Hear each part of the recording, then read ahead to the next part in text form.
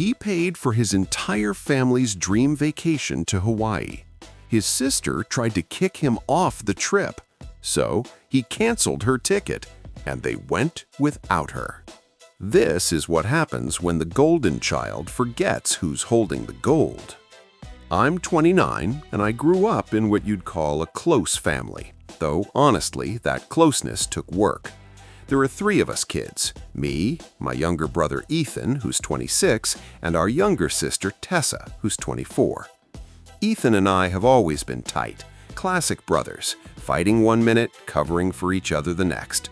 But Tessa is a different story entirely. From day one, she was the golden child, the favorite, the one who got away with everything. Forgot her chores? Oh, she's just tired. Got a bad grade? She's just a creative soul. But if I left a sock on the floor, cue the apocalypse. One sock, and this man is treated like he committed a war crime. Meanwhile, little Tessa is out here living like a queen with diplomatic immunity. Over the years, it only got worse. I'll be honest, I can't stand her. She's family, but her entitlement has always driven me insane. And it's not just me. Ethan has even less patience for her nonsense. Leave them alone for 5 minutes and they'll be at each other's throats. Quick example. Last Christmas, Tessa showed up to the family gift exchange empty-handed. Her excuse? I'm a broke student. You guys understand, right?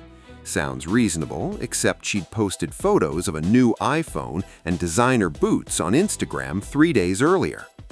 When Ethan pointed this out, she burst into tears and accused him of being materialistic.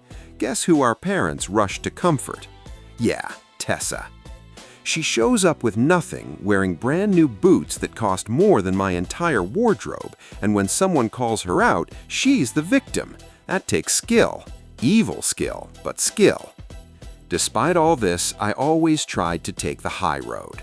I figured she'd grow out of it eventually. Our parents would start treating everyone equally, and someday we'd all laugh about it. Then, earlier this year, I got incredibly lucky at work. I received a bonus that made my eyes pop out like a cartoon character. Once the shock wore off, I thought, I want to do something special for my family. Our parents' wedding anniversary was coming up, and I had this idea: a family vacation to Hawaii, all expenses paid. Flights, luxury resort, activities, the full package. Why Hawaii? Because that's where my parents had their honeymoon. I thought it'd be meaningful for them to go back to where it all started, this time with their adult kids. Plus, come on, who says no to Hawaii? When I told my parents, you should have seen their faces. Mom actually cried. Dad tried to play it cool, but I could tell he was over the moon. They immediately started sharing wedding stories I'd never heard before. It was a perfect moment. Ethan's reaction was predictable. He crushed me in a bear hug and immediately started planning activities. Surfing, hiking, maybe even skydiving if we could convince our parents. And then there was Tessa.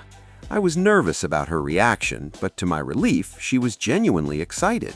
She started listing everything she wanted to do and what kind of content she'd create for Instagram. I mentally rolled my eyes at the Instagram part, but at least she was happy. For one brief, naive moment, I actually thought this trip might bring us all closer together. Oh, sweet summer child, you thought a free vacation would fix your family? Buddy, the only thing free vacations fix is your tan. The problem started almost immediately. Tessa decided that since I was paying, she should be organizing. She didn't ask, she announced it. You don't know how to plan these things, she told me, the man who literally planned the entire vacation. Just trust me, I'll make sure it's fun. I had reasons to keep control. First, this was my gift. I wanted the surprises to stay surprising. Second, I know my sister. When someone else is paying, she suddenly develops royal taste. If she took over, we'd end up in gold-plated suites with a private jet for island tours. This is the girl who once ordered the most expensive steak and a $200 bottle of wine at a family dinner, then forgot her wallet when the check came. But when she's paying, hope you like Subway. I tried explaining this to my parents, but in their infinite wisdom, they suggested a compromise. Maybe let Tessa help with some of the entertainment. I told them everything was already planned and it was a surprise. I thought that would end it. It did not end it.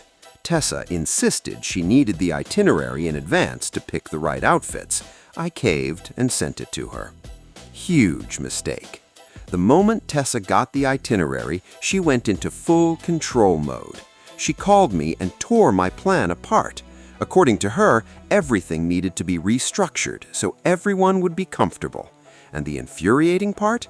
Some of her suggestions actually made sense, so I agreed to a few changes. That was all she needed. Now she considered herself the head organizer. She even messaged the family group chat saying she had taken over and made adjustments.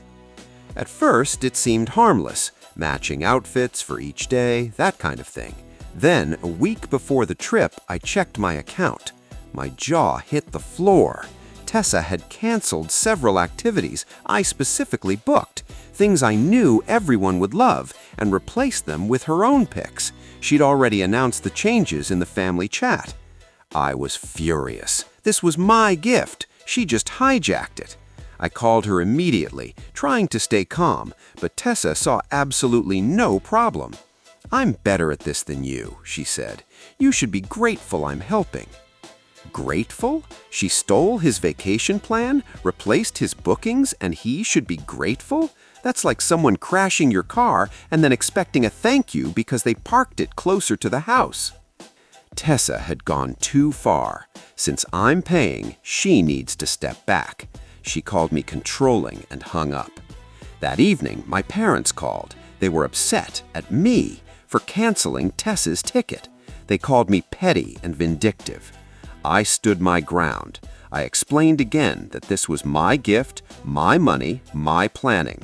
If you're uncomfortable being around me, no problem. I'll go alone. But I'm not spending my money to sacrifice myself for your comfort. Then, 2 days before the flight, just 24 hours before departure, I got a notification. My tickets had been canceled. I panicked, called the airline. They told me the cancellation was made from my own account. I knew immediately who did it. I called Tessa. She answered like nothing happened. "Oh, really?" she giggled when I asked about the tickets. "How funny." Then she said it. "Look, I know you paid for this trip and everything, but you can't come with us. You're too controlling, and your negativity will ruin everyone's vacation. I discussed it with the family, and we all agreed you shouldn't come." She canceled his tickets to the trip he paid for and told him the family agreed to go without him, using his money to his destination on his booking. I need a minute. Something broke inside me. I was done being Tessa's doormat. Without saying a word, I hung up, logged into my account, and canceled her ticket. Then I changed the password so she couldn't touch anything else. In the family group chat, I wrote, "Since Tessa decided I'm not welcome on the trip I paid for, I canceled her ticket. If anyone else wants to stay with her, I'm happy to cancel yours too." The fallout was instant. My phone exploded. Ethan called first. He was just as shocked as I was. He swore he knew nothing about Tessa's plan to kick me out and that she'd made the whole thing up.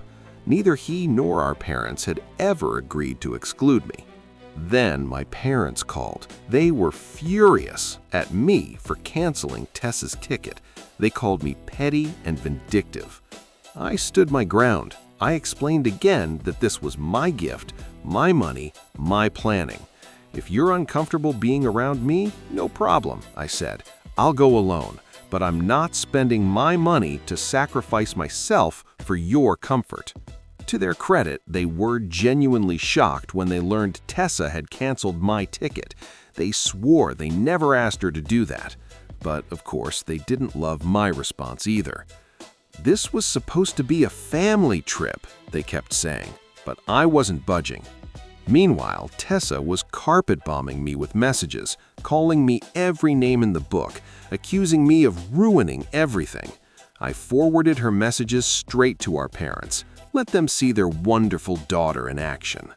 Dad called again, proposed a conference call. Tessa apologizes. I rebuy her ticket. Honestly, I wanted to tell them all to go to hell, but curiosity got the better of me. A genuine apology from Tessa was about as rare as snow in Hawaii. Dad added her to the call, but she was too angry to realize it was a conference. "Tessa, what you did was terrible. You need to apologize," Dad started. He didn't even finish the sentence.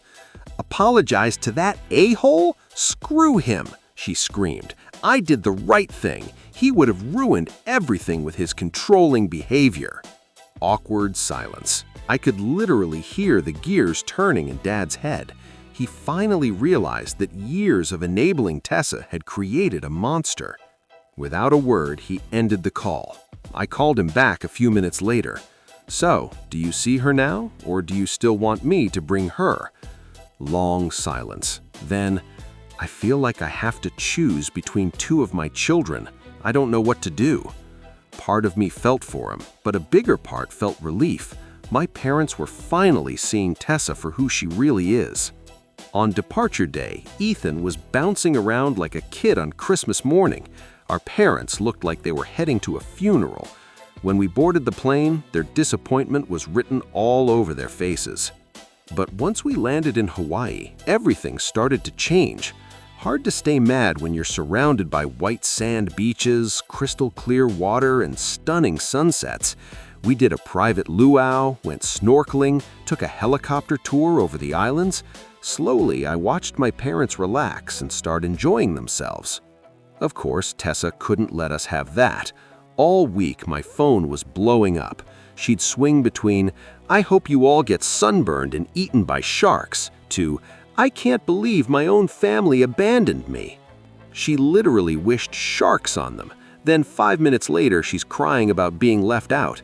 That's not mood swings, that's an emotional tornado.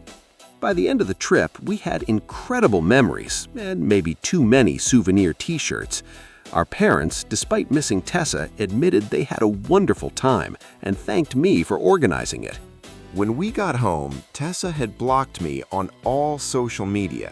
Apparently, seeing our vacation photos was unbearable. She was furious at our parents for choosing me over her, and even threatened to cut them out of her life. That threat lost some punch, given that she was still living in their house rent-free. Then, a few months later, I showed up at my parents' place for dinner and noticed Tessa's beat-up Volkswagen Beetle was gone from the driveway. Inside, her room was completely empty. Bare walls, empty closet, faint smell of cleaning supplies. Turns out my parents had finally done what they should have done years ago: cut the cord. Some context. A year before all this, they'd told Tessa she needed to pay rent if she wanted to keep living with them. Her reaction? Like they'd asked for a kidney. Tears, insults, accusations of not loving her. Dad held firm. Pay up or move out. Want to guess how many months out of 12 she actually paid? 3. 3 out of 12. And every missed month came with an excuse. Had to buy work clothes, car broke down, and my personal favorite, Mercury is in retrograde. It's bad luck to pay rent right now. I genuinely wish I was making that up. After we came back from Hawaii, Tessa threw a massive fit at our parents for abandoning her. When they tried to give her the souvenirs we'd bought, she literally threw them back in their faces. That was Dad's breaking point. He told her to pack her bags, no more enabling. Tessa switched tactics instantly. Tears, apologies, promises to change. But for once, our parents didn't buy it.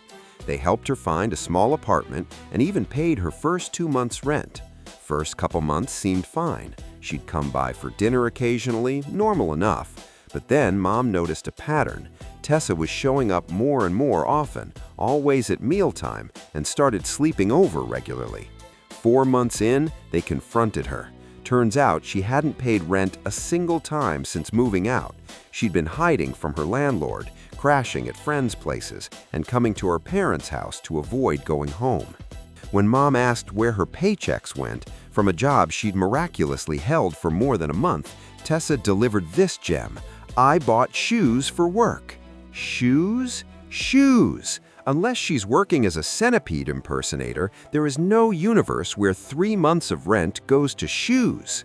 Dad put his foot down for good. He told her she was on her own now. No more help, no more free meals, no more sleeping over. If she comes back asking for help, the door stays shut. Tessa tried every trick. Tears, threats, emotional blackmail. You'll never see me again, as if that was a punishment. Our parents held firm. Out of options, she called Ethan trying to get sympathy. He refused. Then she actually asked him to borrow money from me and pass it to her, because asking me directly would feed my ego and make her feel like a failure. She can't ask her brother for money because it would make her feel bad, so she asks her other brother to do it for her. That's not pride, that's outsourcing humiliation. Ethan suggested she swallow her pride and ask me herself. She called him my lapdog and said she follows me around like a free meatloaf. I'm still not sure what that means, but I'm fairly certain it's not a compliment. Then, a quiet Sunday evening 6 months later, I'm at my parents' for our weekly dinner. Mom's in the kitchen, Dad's watching the game. Ethan and I are deep in a Mario Kart battle. Suddenly, a knock at the door. We froze. Nobody ever knocks. Everyone has keys. Friends and relatives always call ahead. Then we hear that voice. "Mom? Dad? It's me, Tessa." We stared at the door like zombies were about to pour through. Dad stood up, straightened his shoulders like he was preparing for battle, and opened it. She looked terrible. Hair in a messy ponytail instead of her usual perfect styling. Designer clothes wrinkled, like she'd slept in them. For a second, I actually felt sorry for her. Then she opened her mouth and all sympathy evaporated. "Daddy," she said, "I'm home." Dad didn't even blink, just stood in the doorway, blocking her path. "No, Tessa, you're not home." Her face crumpled. She tried to push past him, but he didn't move. "We already discussed this. You can't come back until you get your life together." Full Oscar-worthy performance kicked in. "But Daddy," she sobbed, "I have nowhere to go. If I don't pay my rent, they'll arrest me. Don't you love me anymore?" Arrest her for unpaid rent? That's not how any of this works. But when you've been lying your whole life, why stop now? I could see Mom wavering. She's always had a soft spot for Tessa, but before she could say anything, Ethan chimed in with perfect timing. "They'll arrest you for not paying rent? Sure, Tessa, we weren't born yesterday." The tears stopped instantly. She glared at Ethan like she was trying to set him on fire with her eyes.